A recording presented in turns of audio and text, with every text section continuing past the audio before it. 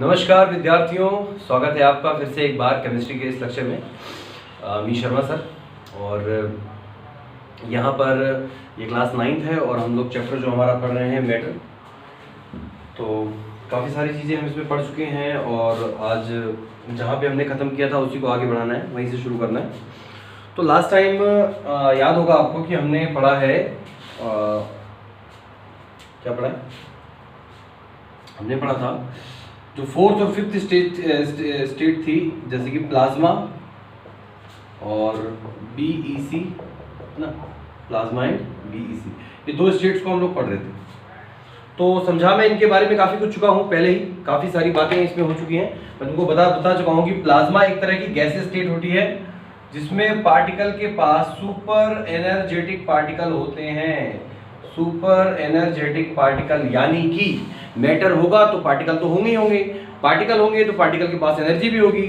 Plasma में energy सबसे ज्यादा हाई होती है, वेरी हाई एनर्जी, ठीक है ना, बहुत ज्यादा एनर्जी हाई है। अगर एनर्जी हाई है तो बाकी चीजें भी देखो भाई, सिंपल सी बात है, एक चीज की वजह से काफी सारी चीजें इफेक्ट करती हैं। जैसे कि मॉर्निंग में अगर जल्दी उठते हो तो उससे काफी सारी चीजों में फर्क पड़ता है। आपके पास एक्स्ट्रा 2-3 घंटे का टाइम होता है और फिर जल्दी उठोगे तो फिर कहीं ना कहीं रात में जल्दी सोना भी पड़ेगा। तो एक आदत से काफी सारी आदतें निर्भर करती हैं।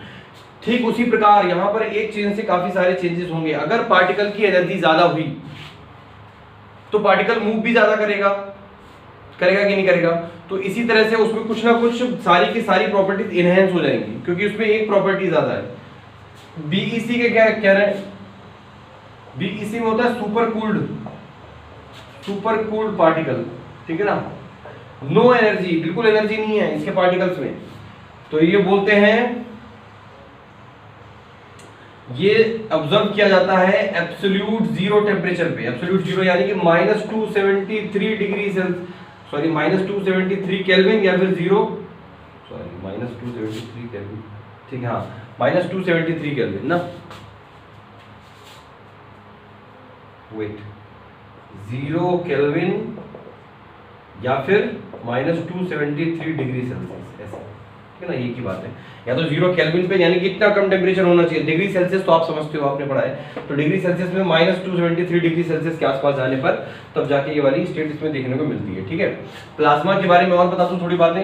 प्लाज्मा एक तरह के गैसियस स्टेट ही होती है, गैसियस आयंस होते हैं, समझो। जैसे कि मान लो ये कोई चीज है, ठीक है, ये कोई भी अभी मान लो गैस है, समझो ये अभी मैंने इसको गैस ही लिया है। अब मैं गैस को प्लाज्मा बनाएंगे, देखते हैं कैसे बनता है।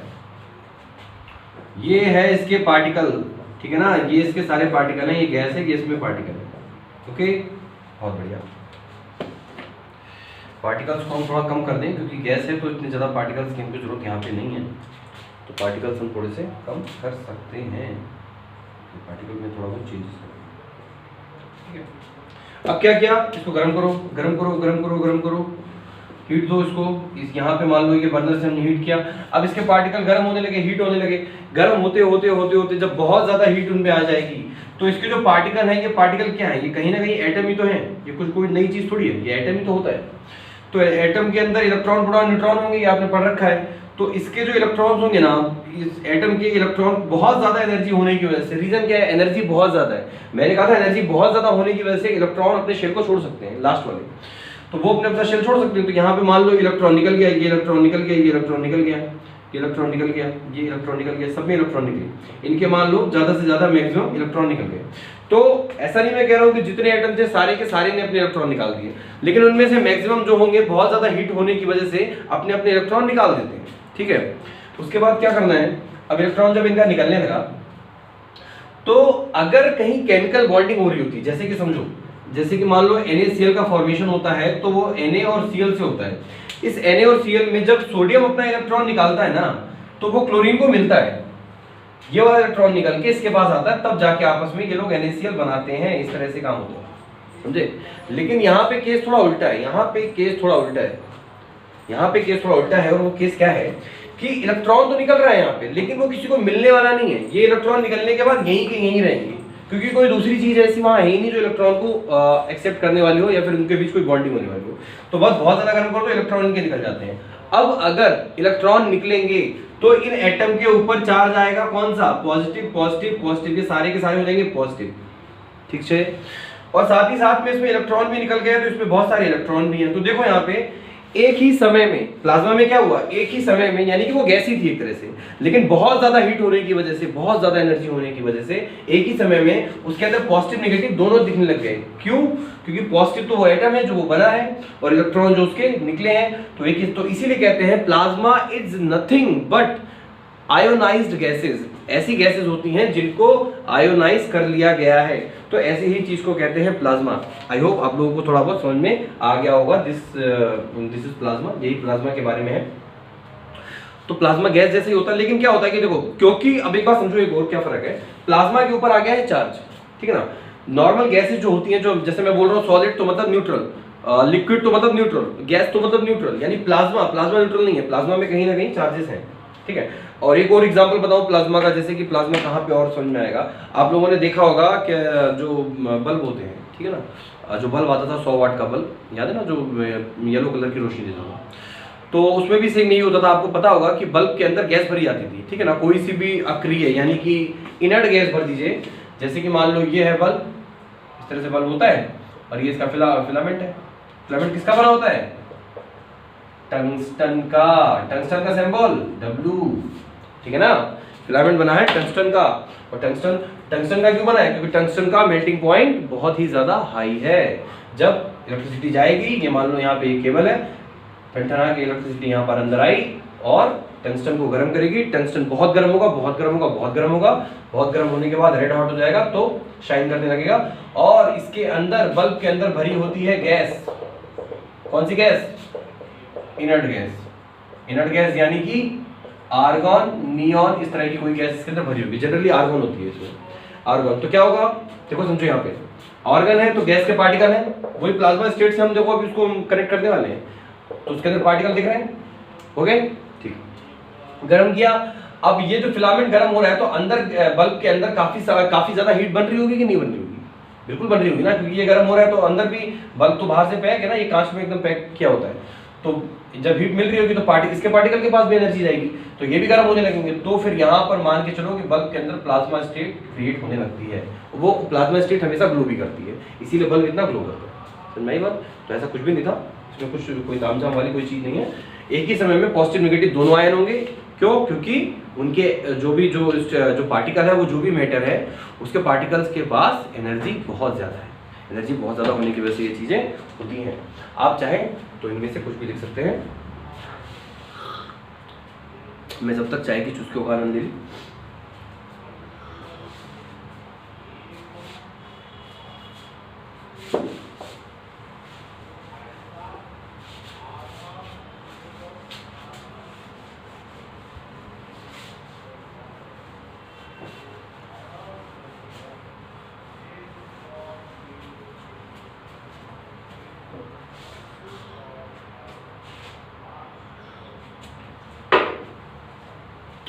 ओके, तो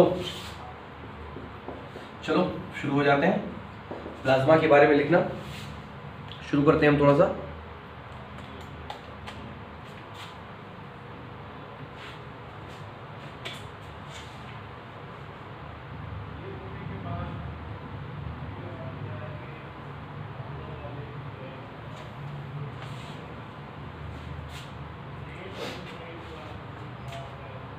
लिखो इसमें, plasma is considered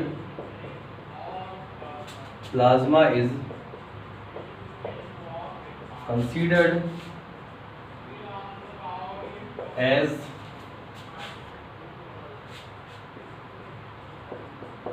fourth state of matter.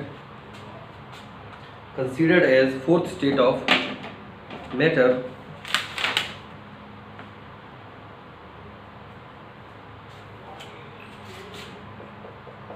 It was first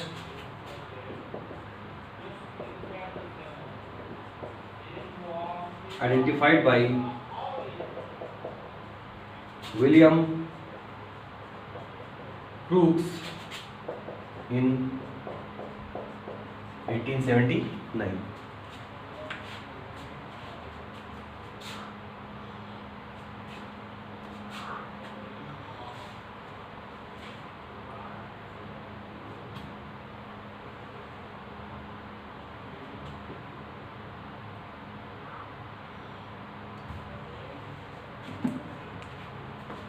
नई लाइन से लिखो इसमें, plasma is a hot ionised gas. देखो यहाँ पे लिखा हुआ है, ये बात यहाँ पे लिख दी है, नथिंग बट आयोनाइज्ड गैस जैसा ही होता है, आयोनाइज्ड गैसेज ही होती हैं। आयोनाइज्ड गैस कंसिस्टिंग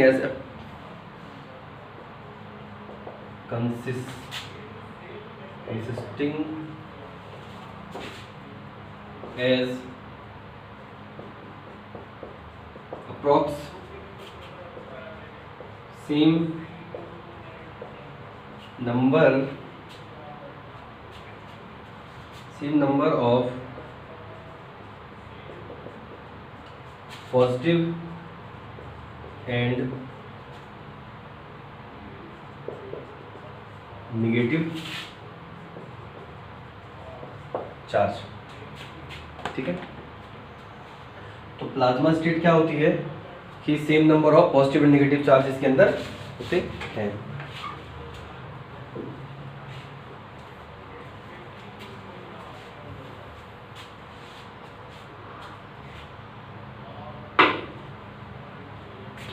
कैप हो गया था मॉनिटर का, मैं उसी को ढूंढ रहा था। ठीक है, तो ये बात तो बता चुके हैं, कंसीडर फोर्थ स्टेट है। और दूसरी बात आइडेंटिफाई किसने की थी, विलियम क्रूक ने। नाम याद रख सकते हो, वैसे पूछा तो नहीं जाता कभी। और plasma is the hot ionised gas, यानी कि गैसी होती है लेकिन वो बहुत ज्यादा गर्म होने की वजह से हॉट हो जाती हैं, तो आयनाइज्ड हो जाती हैं। और अप्रॉक्स उसके पास लगभग सेम नंबर ऑफ पॉजिटिव, उसके पास same number of positive and negative होंगे। क्यों? क्योंकि भाई उसके अंदर तो एटम ही थे, एटम ही थे, एटम ही थे, एटम ही थे, एटम ही थे। एटम में से इलेक्ट्रॉन निकल गया, इलेक्ट्रॉन निकल गया, मान लो गर्म करने पे इलेक्ट्रॉन निकल गया। इलेक्ट्रॉन निकलने के बाद पॉजिटिव चार्ज, तो यहाँ पे सबके ऊपर पॉजिटिव, एक पॉजिटिव एक पॉजिटिव, और उतने ही नेगेटिव भी यहाँ पर है। तो वो देखा जाए पूरा सिस्टम को देखोगे ना, अगर होल सिस्टम को देखोगे तो सिस्टम तो अभी भी न्यूट्रल है, क्योंकि पॉजिटिव नेगेटिव बराबर ही है। लेकिन अगर इंडिविजुअल पार्टिकल की बात करोगे तो वो आयोनाइज हो गए हैं, उनमें चार्जेस आ गए हैं। बस इतना ही समझाना चाहता, यही है यहाँ पे।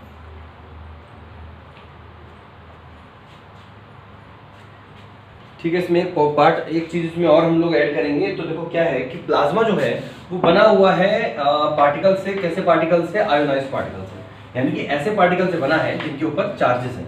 अब चार्जेस होने की वजह से क्या होगा कि इलेक्ट्रिक फील्ड और मैग्नेटिक फील्ड में भी ये चीज हरकत दिखाने लगेगी, यानी चेंजेस आने लगेंगे। सोचो यहाँ पे एक इलेक्ट्रिक फील्ड बना रखी है, इलेक्ट्रिक फील्ड मतलब कोई भी इलेक्ट्रिक फील्ड समझते हो ना, जैसे इलेक्ट्रिसिटी होती है जब काफ़ी हाई वोल्टेज की होती है तो अपने आसपास में एक फील्ड जनरेट बनाती है कि उस फील्ड के आसपास अगर कोई भी चार्ज वाला आया, जैसे मान के चलो, सुनते मेरी बात ध्यान से, यानी कि जैसे मान लो कि इलेक्ट्रिक फील्ड बना रखी है नेगेटिव वाली, ठीक है ना, यहाँ पे नेगेटिव है। अब सपोज करो यहाँ पे कोई पॉजिटिव वाला पार्टिकल आया, ठीक है, कोई पार्टिकल ऐसा है जिसमें पॉजिटिव चार्ज है, तो पॉजिटिव वाले को क्या करेगा? अट्रैक्ट करेगा अपनी तरफ, फटाक से खींच लेगा। ठीक, अगर मान लो अब यहाँ पे नेगेटिव है ये, अब अगर मान लो यहाँ पे नेगेटिव वाला आया तो नेगेटिव को क्या करेगा? रिपल्शन करेगा, इसको भगा देगा, दूर भगाएगा अपने से। और अगर मान लो न्यूट्रल आया, न्यूट्रल यानी पॉजिटिव नेगेटिव, तो कुछ भी नहीं करेगा वो, कुछ भी नहीं करने वाला, ना खींचेगा ना भगाएगा, क्योंकि वो न्यूट्रल है। तो यही फर्क होता है जब एक मैग्नेटिक इलेक्ट्रिक फील्ड बनती है, तो उससे फर्क ये पड़ता है। चार्ज क्या होता है? चार्ज यही तो चीज होती है ना, कि जब किसी चीज के ऊपर चार्ज आ गया है तो वो, जैसे मान लो इसके ऊपर चार्ज है, पॉजिटिव या नेगेटिव कोई भी चार्ज है, जब उसके ऊपर चार्ज आया ना तो वो इलेक्ट्रिक फील्ड में हरकत दिखाना शुरू कर देगा, या तो अट्रैक्ट होगा या वो होगा। अगर कोई चार्ज ही नहीं है तो न्यूट्रल है, तभी कहते नहीं है, लोगों के बारे में भी बोलते हैं ये तो न्यूट्रल है, यानी इसके ऊपर कोई चार्ज नहीं है, इसको कोई फर्क नहीं पड़ता, अच्छा बुरा सब इसके लिए एक बराबर है, ऐसी बात है। ठीक है, तो ये याद रखना है कि क्योंकि इनके ऊपर चार्ज है तो इलेक्ट्रिकल और मैग्नेटिक फील्ड में भी इस पे इफेक्ट देखा जा सकता है।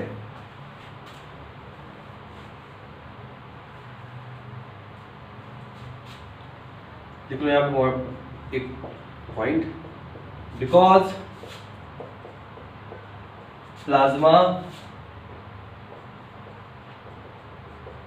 Particles are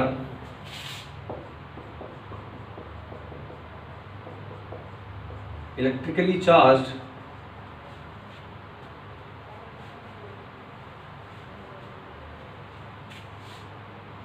so they are strongly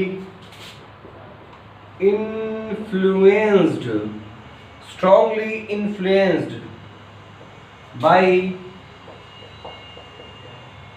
electric and magnetic field, इसलिए वो इलेक्ट्रिक और मैग्नेटिक फील्ड में भी इनमें चेंजेस आने लग जाता है। Plasma particles are electrically charge, so they are strongly influenced by electric and magnetic field. Magnetic field में भी उनमें चेंजेस आते हैं, किसमें? प्लाज्मा पार्टिकल में।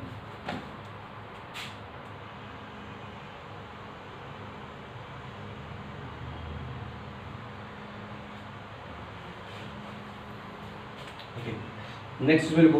अब क्या होता है कि क्या प्लाज्मा, अब ऐसे पूछा जाएगा कि अगर प्लाज्मा गैसीय है तो फिर प्लाज्मा और गैस में क्या फर्क है? क्या प्लाज्मा गैसीय है? तो मैंने बोला है कि प्लाज्मा गैस नहीं है, प्लाज्मा गैस जैसी होती है। सेम बात ये है कि दोनों में ऑलमोस्ट गैसियस स्टेट जैसा ही होता है, लेकिन फ़र्क बस ये है कि प्लाज्मा के पास एनर्जी बहुत ज़्यादा है, इसलिए काफ़ी सारी प्रॉपर्टीज़ प्लाज्मा की ऐसी होती है जो गैस से अलग होती है। तो नेक्स्ट पॉइंट लिख लो इसमें, plasma is distinct from A gas. Plasma state is different from gaseous state. Plasma state is different from gaseous state because its particles possess unique property, ठीक है ना, क्योंकि इसके पार्टिकल की जो प्रॉपर्टीज होती है वो यूनिक होती है, वो गैस से मेल नहीं खाती। ठीक, और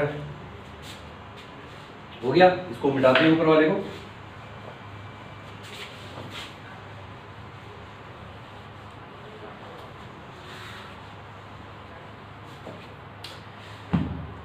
नेक्स्ट क्या है? Plasma state is different from gaseous state because it है। हाँ, तो बताओ प्लाज्मा का वॉल्यूम फिक्स होगा क्या और शेप दोनों फिक्स नहीं होगा? क्यों? क्योंकि प्लाज्मा एक तरह की गैस जैसी है, पार्टिकल हैं बहुत, और सबसे बड़ी बात यह है कि प्लाज्मा के पार्टिकल के पास भी एनर्जी बहुत ज़्यादा आई है। एनर्जी बहुत ज़्यादा आई होगी तो क्या वो रुकेंगे? अरे वो तो बहुत ज़्यादा मूव करेंगे, गैस से भी ज़्यादा मूव करेंगे। अगर उनको एक बंद कंटेनर में नहीं रखा गया है, सिस्टम बंद नहीं है, तो वो मूव और भी ज़्यादा करेंगे। सो प्लाज्मा है neither fixed shape nor fixed volume, दोनों फिक्स नहीं है। यहाँ पे हम इसको गैस की तरह ही मानेंगे। कुछ प्रॉपर्टी गैस से मेल खाती है, काफ़ी सारी मेल खाती है मतलब, लेकिन इसका ये मतलब नहीं कि हम बोले कि प्लाज्मा और गैस एक है, फर्क तो है भाई। लिख लो, प्लाज्मा है neither fixed shape nor fixed volume।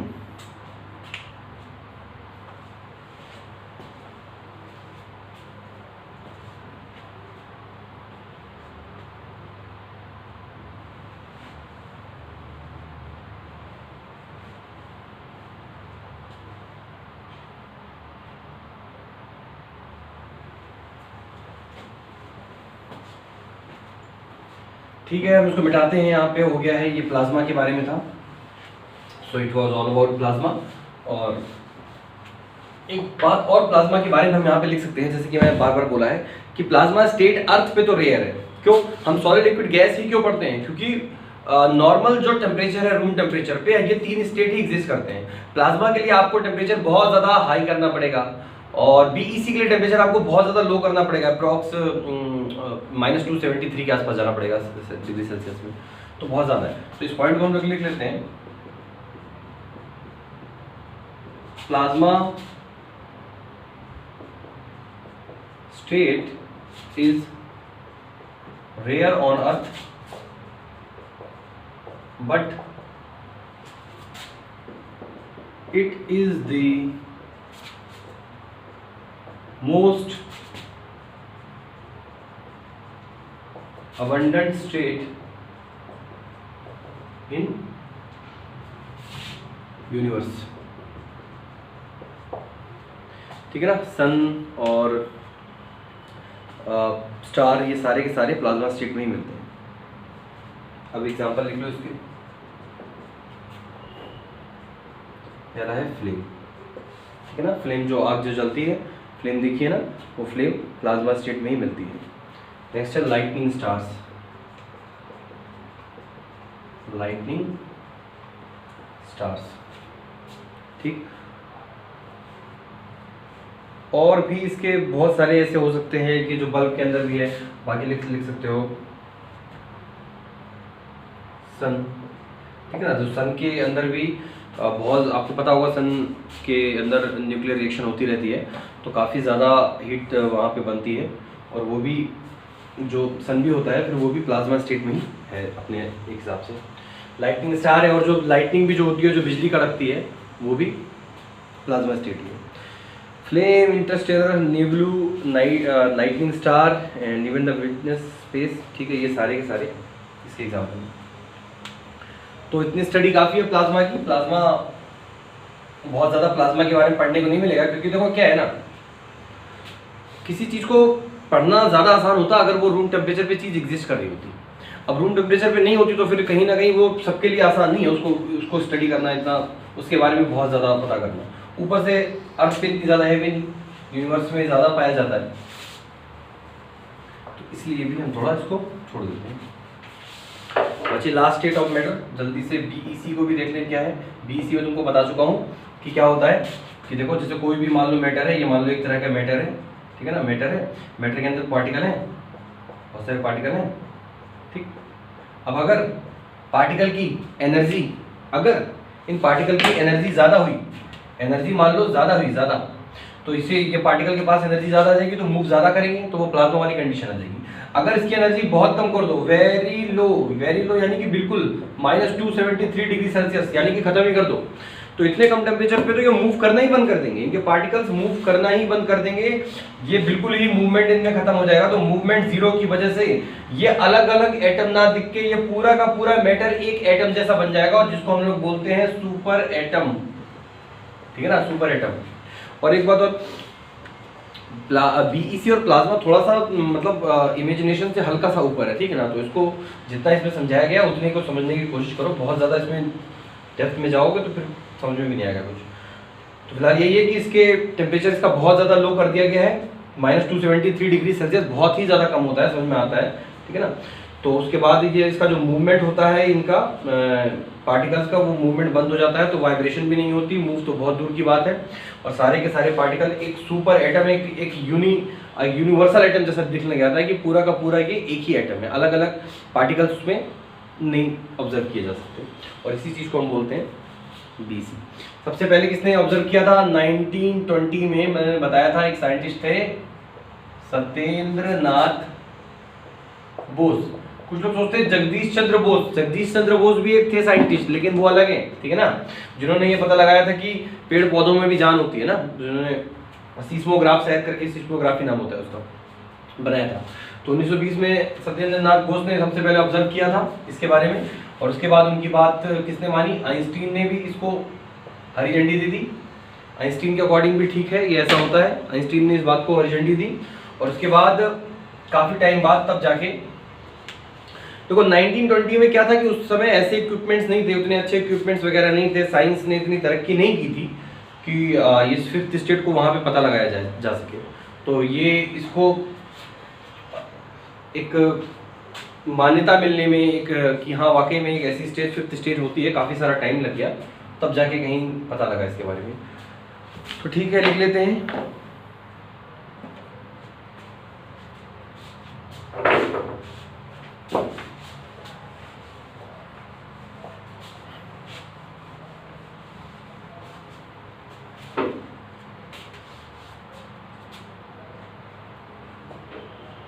देखो, इट इज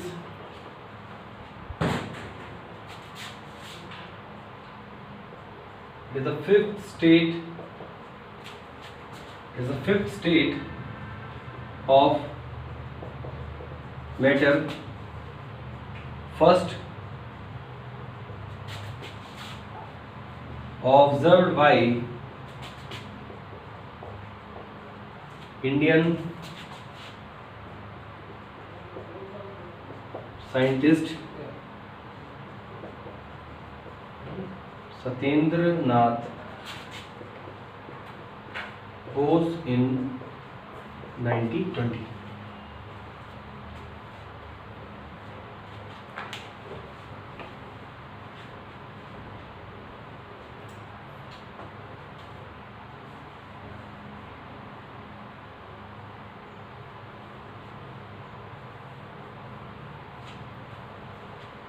आगे इसमें लिखो नई line C, the first such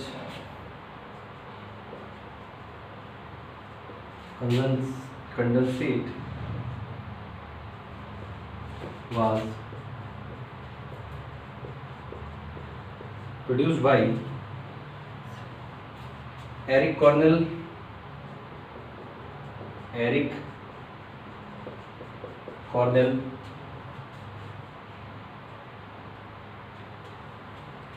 Catterall,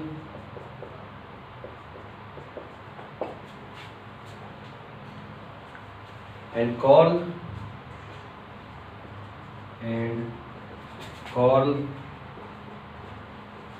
Wieman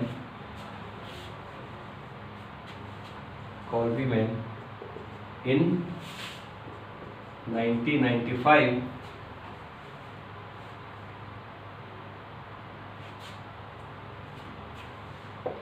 okay. तो सबसे पहले ऑब्जर्व किया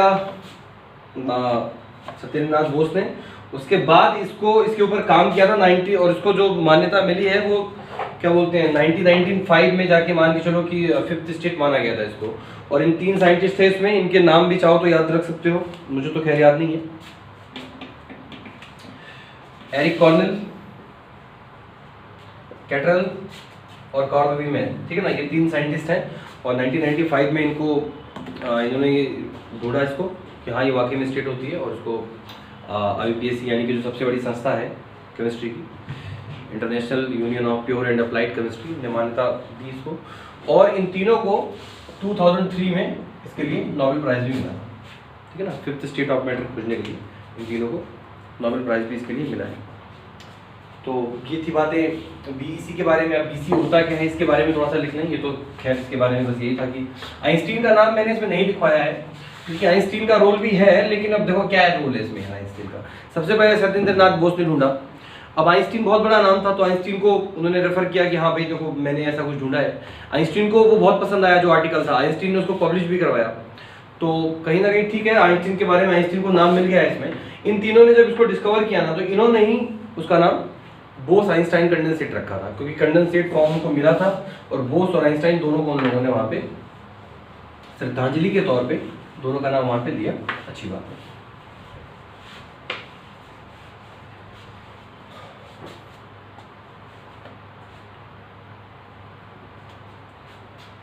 इसमें लिख लो यहाँ पे इसके बारे में कि है क्या, देखो BEC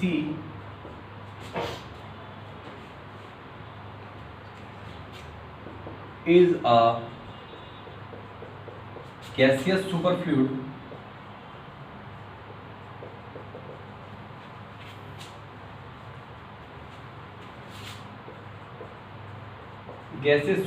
phase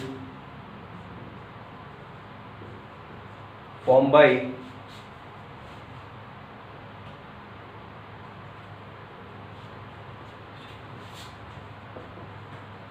atoms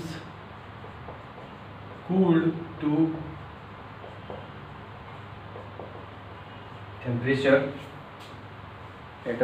temperature, very near to absolute zero। लिख लेना एब्सोल्यूट जीरो यानी कि 0 केल्विन, ठीक है ना, 0 केल्विन बोलते हैं, -273 डिग्री सेल्सियस भी बोल सकते हैं, एक ही बात है, absolute zero.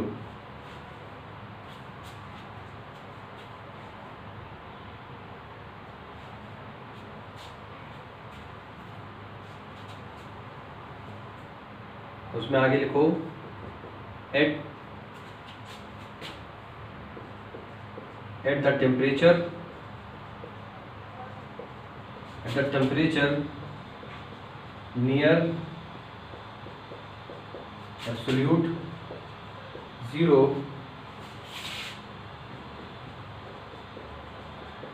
particles of matter stop molecular movement. क्या होता है कि इस पे जो मॉलिक्यूलर मूवमेंट होता है उनके चलने भरना वो बंद हो जाता है। Stop molecular movement due to very less energy. ठीक है,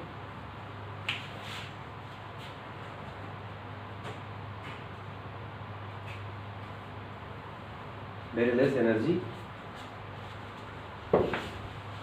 ठीक है, क्यों एनर्जी है नहीं तो क्योंकि उनके पास टेम्परेचर बहुत ज्यादा ठंडा किया गया है। Particles of matter stop molecular movement due to very less energy and आगे इसी में लिख सकते हो, इसी के आगे एंड एट दिस स्टेट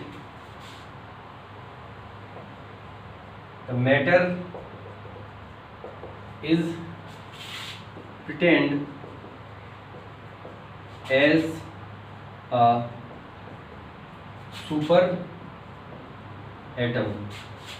ठीक है ना, इसीलिए सुपर एटम भी बोला गया है उसको, क्योंकि उसके पार्टिकल्स मूव करना बंद हो गए हैं। अब अलग अलग इंडिविजुअल एटम को हम नहीं पढ़ेंगे, क्योंकि अब अलग अलग मैटर अलग अलग एटम मूव ना होने की वजह से उतने ज़्यादा निकल के सामने नहीं आ रहे, तो पूरे के पूरे को हम उसको एक सुपर एटम ही मान लेते हैं।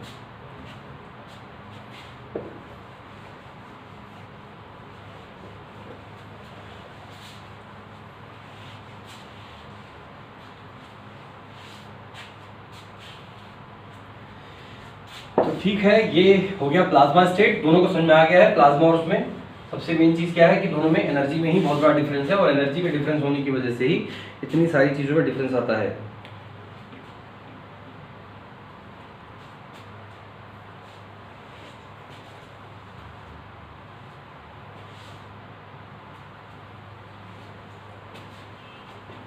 तो इस तरह हमने स्टेट्स ऑफ मैटर पांचों के पांचों पढ़ लिए हैं। सॉलिड लिक्विड गैस आपको एक साथ में पढ़ाया गया था, सॉलिड लिक्विड गैस आपको एक साथ में तीनों पढ़ा दिए गए हैं। काफी सारी प्रॉपर्टीज में इन तीनों में कंपेयर करवाया जा चुका है ना। और इसके बाद अभी आज आपको बीईसी बता दिया और प्लाज्मा भी बता दिया। अब बच्चे पूछेंगे सर बीईसी का एग्जांपल, तो देखो बीईसी का ऐसा कोई एग्जांपल नहीं है। तो किसी भी जगह पे इतना टेम्परेचर क्रिएट करो, पहले -273 डिग्री सेल्सियस तक कोई इतना टेम्परेचर बनाओ, ठीक है ना। अब ऐसी कोई जगह नहीं है कि यूनिवर्स में होती होंगी वहां पे कि जहाँ पे ऐसी इतना क्रिटिकल टेम्परेचर किया जा सकता है, या लैब में भी किया जा सकता है कि लैब में भी आप -273 डिग्री सेल्सियस तक लेके जाएं, उतना कम टेम्परेचर क्रिएट करें। तो कोई भी मैटर होगा वो बीईसी की तरह काम करने लगेगा। बस नहीं ना, किसी भी भाई फेस ट्रांजिशन होता है कि नहीं होता है। एक मैटर का फेस ट्रांजिशन होता है ना, एक स्टेट से दूसरे स्टेट में तो मैटर जाया करते हैं ना, ये कोई नई चीज तो नहीं है। तो फेस ट्रांजिशन के लिए क्या चाहिए, उसको एनर्जी चाहिए। आप एनर्जी ज्यादा दे रहे हैं तो वो प्लाज्मा स्टेट में जाएगी, आप एनर्जी बहुत कम कर दे रहे हैं तो वो बीईसी में आएगी। तो सिंपल सी बात है, इसका कोई ऐसा एग्जांपल सिग्निफिकेंट एग्जांपल की जरूरत नहीं है इसकी, ठीक है ना। इसके तो एग्जांपल देखो, अब एग्जांपल भी कैसे दिए जाते हैं। तुम लोगों ने फ्लेम देखा है ना, इसलिए तुमको प्लाज्मा का एग्जांपल दिया गया। और भी ऐसे एग्जांपल होंगे प्लाज्मा के जो कभी सुने ही नहीं है। अब ऐसी किसी चीज का नाम दे दूं जो तुमने कभी सुनी नहीं है, देखी नहीं है, तो पहले तो फिर उसको समझाने में बहुत टाइम निकल जाएगा। तो इसीलिए एग्जांपल ऐसे रखे जाएंगे जो आपने, जिसके बारे में आपको पता हो कम से कम। तो बीईसी प्लाज्मा हो गया है, ये सारी बातें हो चुकी हैं, ठीक है ना। अब तक हमने इस चैप्टर में काफी स्लो हम चले हैं, क्योंकि इतनी सारी चीजें थी जो मेन बेसिक था। आगे की चीजें क्या होगा, आगे जो भी थ्योरीज पढ़ोगे वो कहीं ना कहीं इन्हीं पे बेस्ड होंगी, ठीक है ना। एक बार तुमको अगर पार्टिकल समझ में आ गए, पार्टिकल के बीच का गैप समझ में आ गया, इंटरमोलिकुलर स्पेस, पार्टिकल की एनर्जी समझ में आ गई, काइनेटिक एनर्जी, और ये सारे अगर इतनी चीज को समझ लिया ना तो आगे सब समझ में आ जाएगा। क्योंकि यही सब कुछ होने का रीजन ही यही है। जब तक उसके पार्टिकल के मूवमेंट तक नहीं पहुंचोगे तब तक मजा नहीं आएगा, समझ में नहीं आएगा, ठीक है। अब अगला क्या पढ़ते हैं, नेक्स्ट हेडिंग है inter conversion of states of matter. Inter conversion of states of matter, matter का इंटर कन्वर्जन करना है, ठीक है। और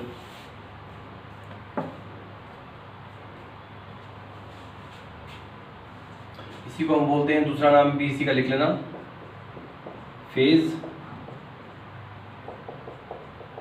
ट्रांजिशन ऑफ मैटर। देखो भाई, इंटर कन्वर्जन करना है यानी कि बदलना है, आपस में एक दूसरे में चेंज करना है, किसका? स्टेट्स ऑफ मैटर का। ठीक है, स्टेट्स ऑफ मैटर में हम लोग तीन ही तरह का करेंगे, सॉलिड, लिक्विड एंड गैस। यहाँ पे प्लाज्मा और बीईसी को भूल जाओ, प्लाज्मा बीईसी जितना पढ़ लिया बस उतना ही काफी है। ठीक है ना? तो सॉलिड से लिक्विड, लिक्विड से गैस, गैस से ये लिक्विड और लिक्विड से सॉलिड। तो यही तरह के तीन कन्वर्जन होंगे, आपस में इनको चेंज करना है। तो पहले मैं बता दूं कि बिल्कुल states of conversion of matter हो जाता है। एक मैटर को आप सॉलिड से लिक्विड, लिक्विड से गैस बदल सकते हैं। घर में आइस के बारे में तो सबको पता ही होगा, घर में आइस वगैरह तो जमा ही होगा, तो देखा होगा कि फ्रीज के अंदर रखते हैं तो वो आइस सॉलिड फॉर्म में आ जाता है, बाहर आने के बाद फिर वो मेल्ट हो जाता है। और अगर आप उसको गर्म कर दें गैस पे काफ़ी देर तक तो फिर धीरे धीरे वो बॉयल होकर गैस फॉर्म में भी चेंज होने लग जाता है। तो किसी भी मैटर का इंटर कन्वर्जन इस तरह से किया जा सकता है, उसको सॉलिड से लिक्विड, लिक्विड से गैस में चेंज किया जा सकता है। अब इसके लिए दो फैक्टर होते हैं चेंज करने के, तो वही सब हमको पढ़ने हैं, वही सब हमको लिखना है।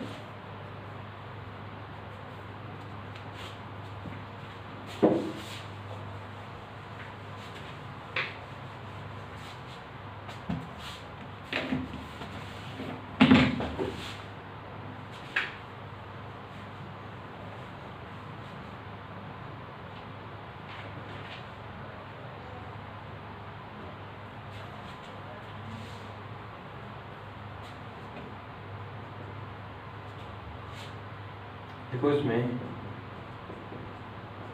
States of matter can be change by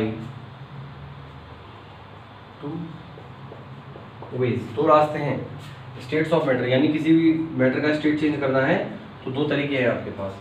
number one, पहला ये कि आप उसके टेम्परेचर में चेंज कर दो। ये तो सबसे आसान है कि इसको गर्म करो, ठंडा करो, गर्म ठंडा कुछ करोगे, कुछ ना कुछ तो चेंज उसमें आ ही जाएगा।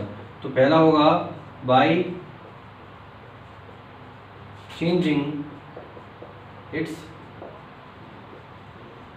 टेम्परेचर। और दूसरा, टेम्परेचर के अलावा दूसरी कौन सी चीज है जिससे उसमें चेंज लाया जा सकता है? प्रेशर। प्रेशर में बिल्कुल सही बात है कि प्रेशर को चेंज करके भी मैटर के स्टेट्स को चेंज किया जा सकता है। ठीक है ना? फिजिक्स में आप पढ़ोगे कल को कभी कि एक होता है क्रिटिकल टेम्परेचर। ठीक है ना? क्रिटिकल टेम्परेचर होता है। क्रिटिकल टेम्परेचर एक ऐसा टेम्परेचर होता है कि उस टेम्परेचर पे कोई भी किसी भी मैटर का कोई भी मैटर उस टेम्परेचर पे सॉलिड, लिक्विड, गैस तीनों स्टेट में एग्जिस्ट करता है। जैसे वाटर का क्रिटिकल टेम्परेचर वाटर के लिए वो होता है 0.01 आई थिंक होता है। ठीक है ना? तो 0.01 जो क्रिटिकल का टेम्परेचर होता है, इसमें सॉलिड भी मिलेगा, लिक्विड भी मिलेगा और गैस भी मिलेगा। कैसे? देखो सॉलिड, इस पे वैसे तो सॉलिड, लिक्विड, गैस नहीं मिलना चाहिए था। 0.01 पे तो मान के चलो जनरली वैसे हमको लगेगा ऐसा, क्योंकि 0 से ऊपर आ गया है तो लिक्विड होना चाहिए, तो बिल्कुल ठीक है। लेकिन ये तीनों होगा कैसे होगा? अगर आप प्रेशर में चेंज कर दो, यहाँ पे प्रेशर को बदलोगे, प्रेशर में चेंज लाने पे सॉलिड, लिक्विड, गैस तीनों स्टेट में ये देखने को मिल सकता है। तो बिल्कुल प्रेशर भी बहुत बड़ा रोल प्ले करता है। तो सेकंड क्या हो जाएगा? By changing it's pressure. सही है? तो एक मैटर का कन्वर्जन किया जा सकता है सॉलिड से लिक्विड, लिक्विड से गैस, किसी में भी दो तरीके से, या तो टेम्परेचर को चेंज करो और प्रेशर में चेंज करो। इन दो चेंजेस से इंटर कन्वर्जन पॉसिबल है।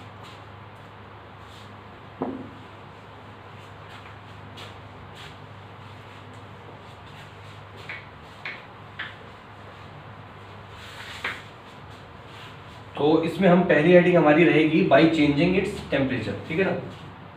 By changing its temperature, temperature को चेंज करके।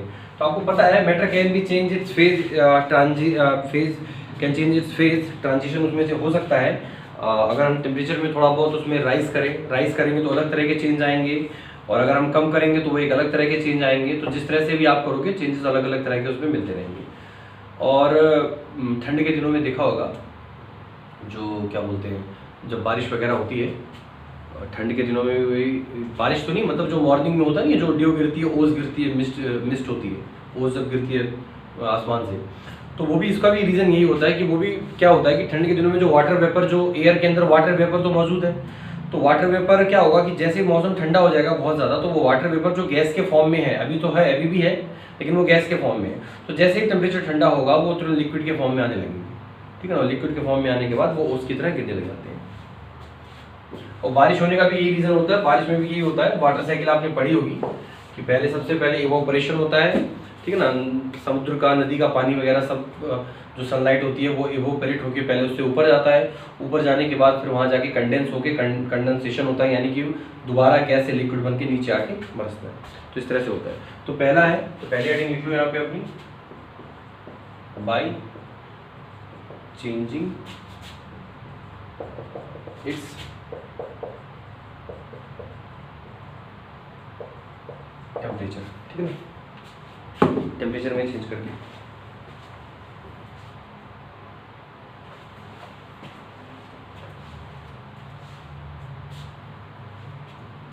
इसमें लिखो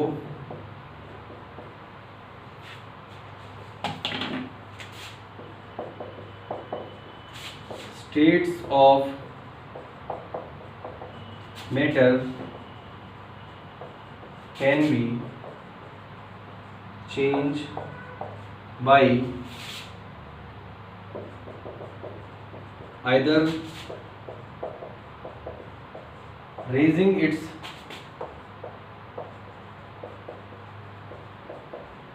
temperature or by lowering the temperature, या तो टेम्परेचर को रेज कर दोगे तो बढ़ा दोगे तब भी उसमें चेंज आएगा, या टेम्परेचर को आप लोअरिंग करोगे यानी कि कम कर दोगे तब भी उसमें चेंज देखने को मिलेगा।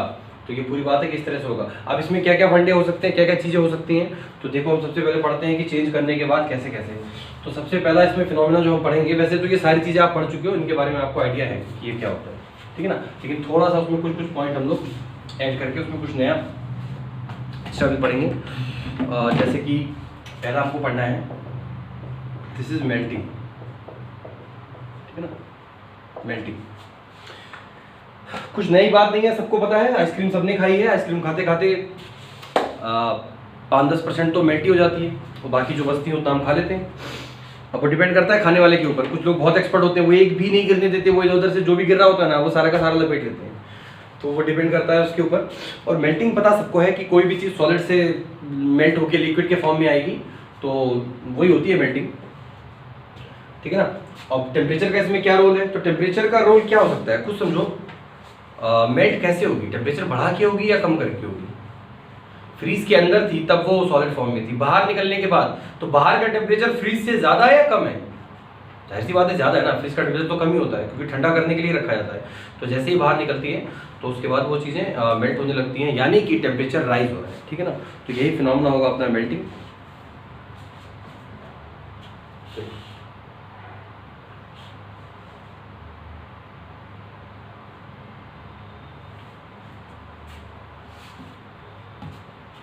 देखो इसमें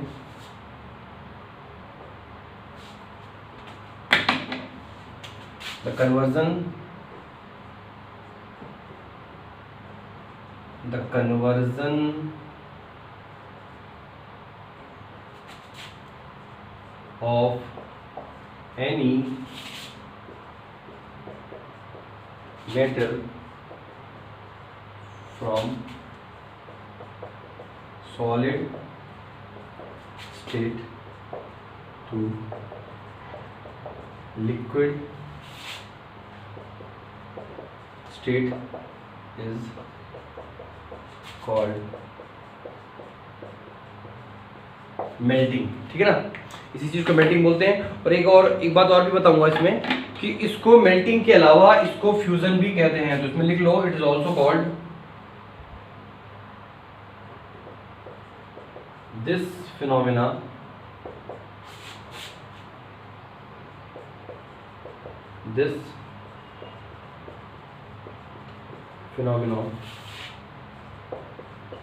also called, this phenomena also called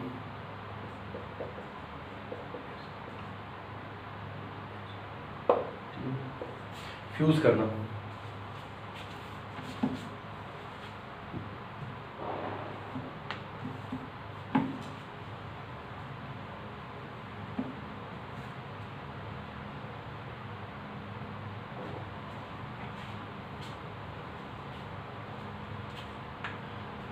okay अब ये होता कैसे है, देखो इसके पीछे का साइंस बहुत ज़्यादा मुश्किल नहीं है, समझना आसान काम है। देखते हैं क्या होता है। मान लो ये एक मैटर था, ठीक है, मान लो सपोज करो ये आईसी, ठीक है ना, ये आइस है, एक मैटर है, इसमें बहुत सारे पार्टिकल हैं, सॉलिड फॉर्म में है, पार्टिकल पास में है। अब ये चीज़ें कैसे ट्रांजिशन होता है, कैसे फेस ट्रांजिशन को एक बार समझते हैं। कितना हो जाए 2, ओके। तो यहाँ से जैसे ही इसको हीट किया, गर्म करना शुरू किया, जैसे ही इसको हीट मिली, हीट करने के बाद इसके पार्टिकल्स के पास में एनर्जी गई तो वो तुरंत वहाँ पे मूव करना शुरू कर देंगे, मूव करेंगे। अब मूव करने के बाद से वो थोड़ा बहुत स्पेस अपने लिए बनाना शुरू करेंगे, ठीक है ना, इसी मूवमेंट की वजह से। और मूवमेंट पहले जब वो वाइब्रेट कर रहे थे अपनी जगह पे रुके हुए थे तो वो सॉलिड स्टेट में थे। अब क्योंकि पार्टिकल्स के पास एनर्जी है, भाई ये सब कैसे हुआ, सॉलिड से लिक्विड वो बना कैसे, क्योंकि उसको एनर्जी दी गई है। अपने आप कोई चीज नहीं होती, आपने कुछ तो चेंज किया है ना, हमने इसको एनर्जी दी है, आगे इसमें थोड़ा सा एनर्जी दी है, एनर्जी देने की वजह से पार्टिकल मूव करेंगे और तब सॉलिड से वो क्या बन जाएंगे, लिक्विड। तो ये है इसके पीछे का कॉन्सेप्ट। तो सिंपल सी बात ये है, पार्टिकल को याद रखो, पार्टिकल की एनर्जी को याद रखो, मॉलिक्यूलर मोशन को याद रखो और काइनेटिक एनर्जी को याद रखो। इतनी सारी चीजें अगर दिमाग में रहेंगी तो ये सारे कॉन्सेप्ट समझ में आ जाएंगे, इनमें कुछ भी रटने की जरूरत नहीं है, ठीक है। तो ये थी आज की क्लास।